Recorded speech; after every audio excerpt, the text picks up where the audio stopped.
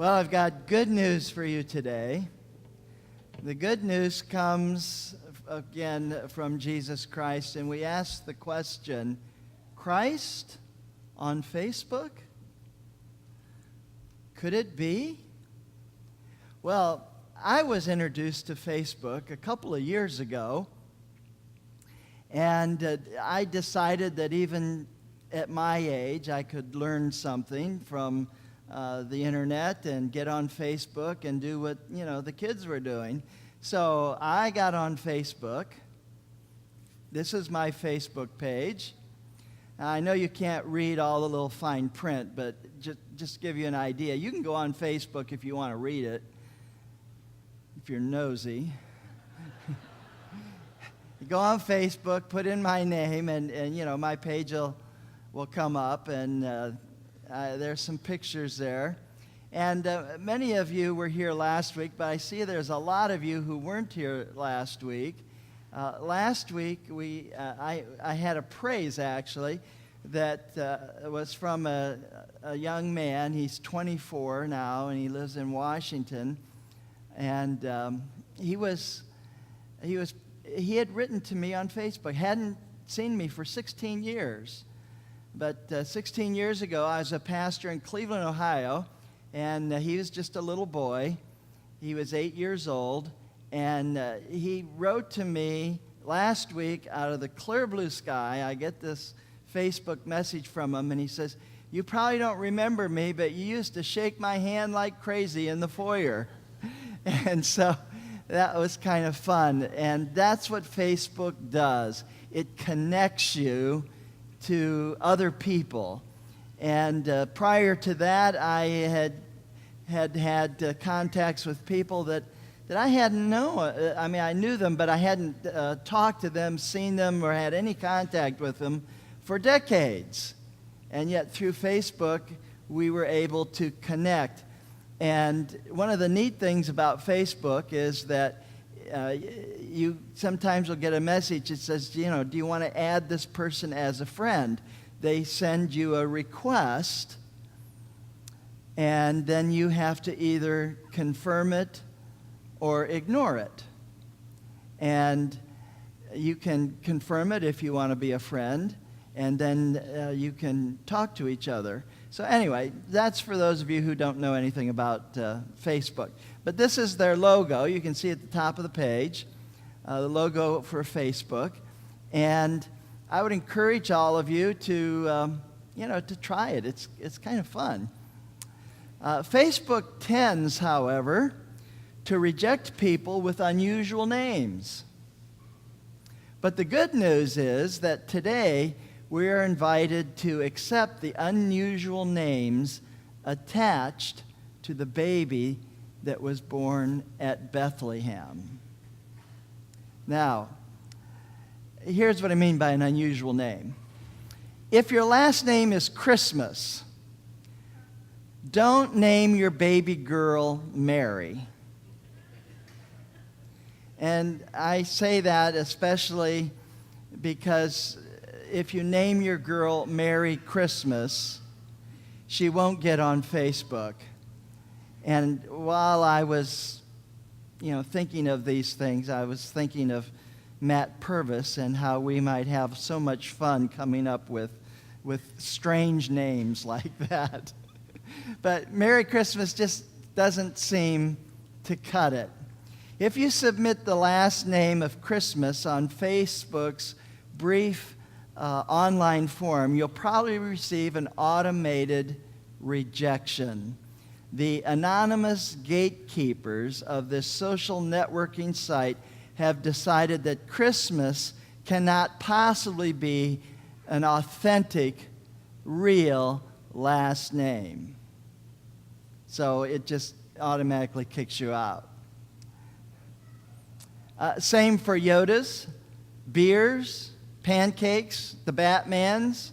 According to the Washington Post, they've all been rejected by Facebook, adding insult to a lifetime of injuries caused by having an unusual last name. Here is Becky Super. Becky Super says, I've heard every Superman joke known to exist. Now, Becky Super is a landscape designer, like the Glarus. People misspell it. People mispronounce it. People say supper. People say they've never met anyone else with that last name. So she has problems getting on Facebook because her name is Super. Same thing takes place with Bess Pancake. She says they think we're trying to run a breakfast scam or something. So these unusual names, Facebook doesn't believe it. And then there is a man named Tim Six, and he complains, try making a reservation at restaurants. You call up and you say, I'd like a table for 6 at 543.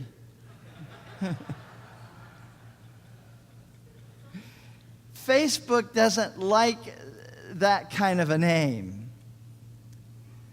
So what do? Super, Pancake, Six, all three signed up to join Facebook. All three were rejected.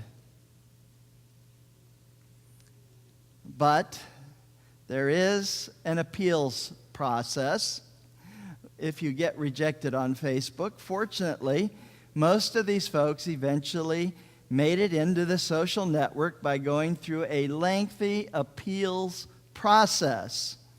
But a new group has been created on Facebook, of course. It's called Facebook Hates My Name. And there are all kinds of strange names in that group. I was going to say strange people, but they're probably not that strange. They just have a strange name.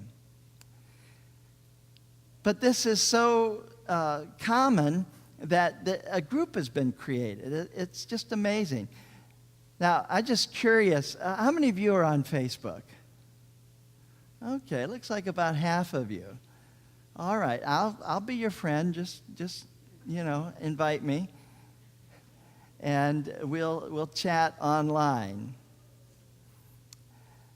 And I've already told you, as you become, as you're a member of Facebook, you can be a friend or not be a friend. And don't hurt my feelings by ignoring me if I send you a friend request, okay? But that's what this page is all about that you see on the screen now. You can invite people to be a friend. You either confirm or ignore.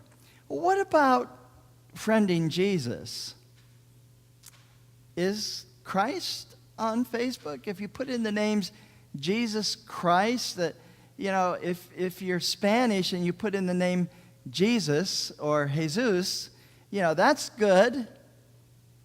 But if you put in the name Jesus Christ, Facebook isn't going to like that, isn't going to believe it.